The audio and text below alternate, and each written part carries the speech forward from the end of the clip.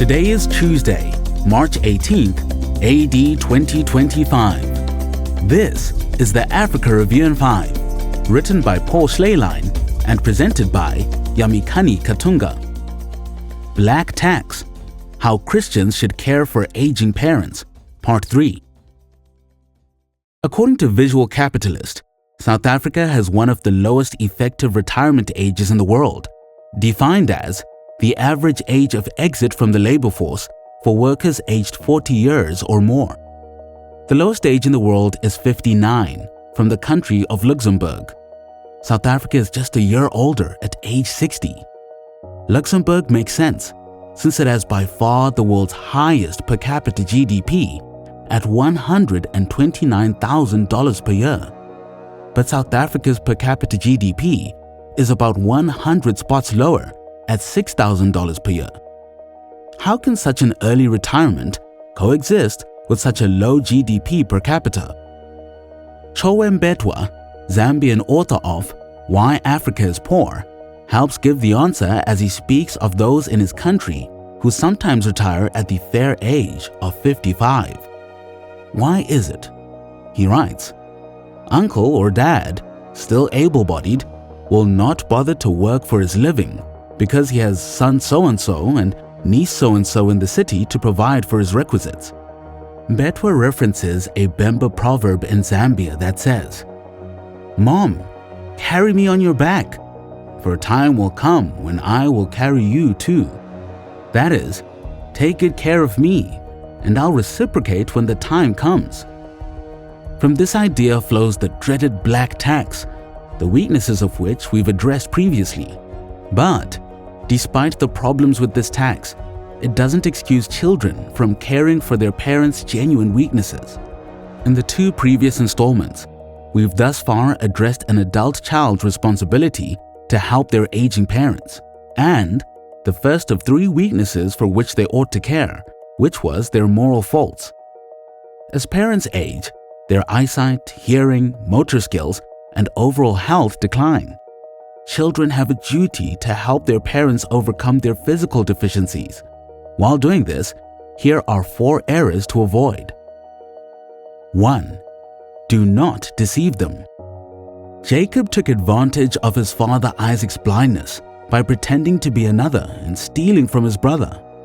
Children deceive their aging parents by lying to them about financial matters, often overspending their parents' money to avoid personal labor or in order to line their own pockets. Financial elder abuse escalates quickly when a vulnerable parent gives the child charge over his bank account. Mix in the high rate of unemployment and poverty in Africa, and the swindling of parents becomes common. 2. Do not be lazy. Though Naomi was old, poor, and bitter, Ruth carried on with her duties for a mother-in-law by working in the field to put food on the table. Nursing homes and old age homes may be valid when the children live far away or when they don't have the time or experience to care for their parents, but these should always be an option of last resort and should never come about because the children simply don't want their comfortable life undone. Children should see it as a privilege to care for mom and dad as they get older. 3. Do not ridicule. The Old Testament gives specific laws against despising the handicapped. Leviticus 19 verse 14 says, "You shall not curse the deaf or put a stumbling block before the blind."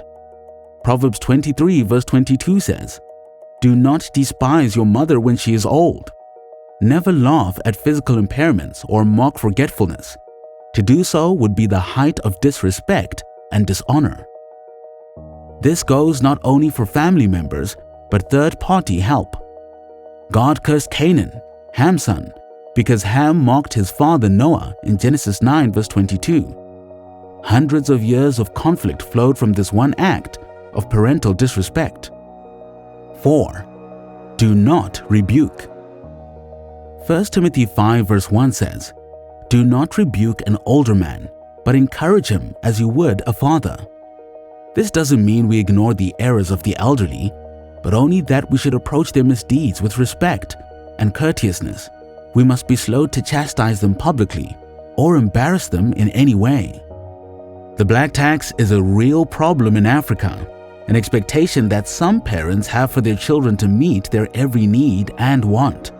On the flip side, however, children really do have the responsibility to honor their parents by helping them in their moral and physical weaknesses.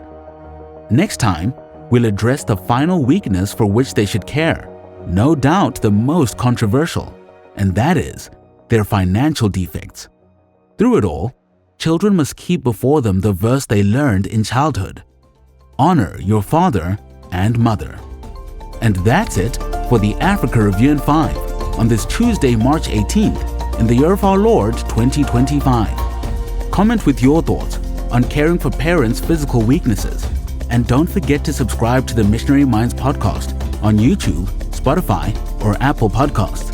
I'm Yamikani Katunga. Be not wary in well-doing.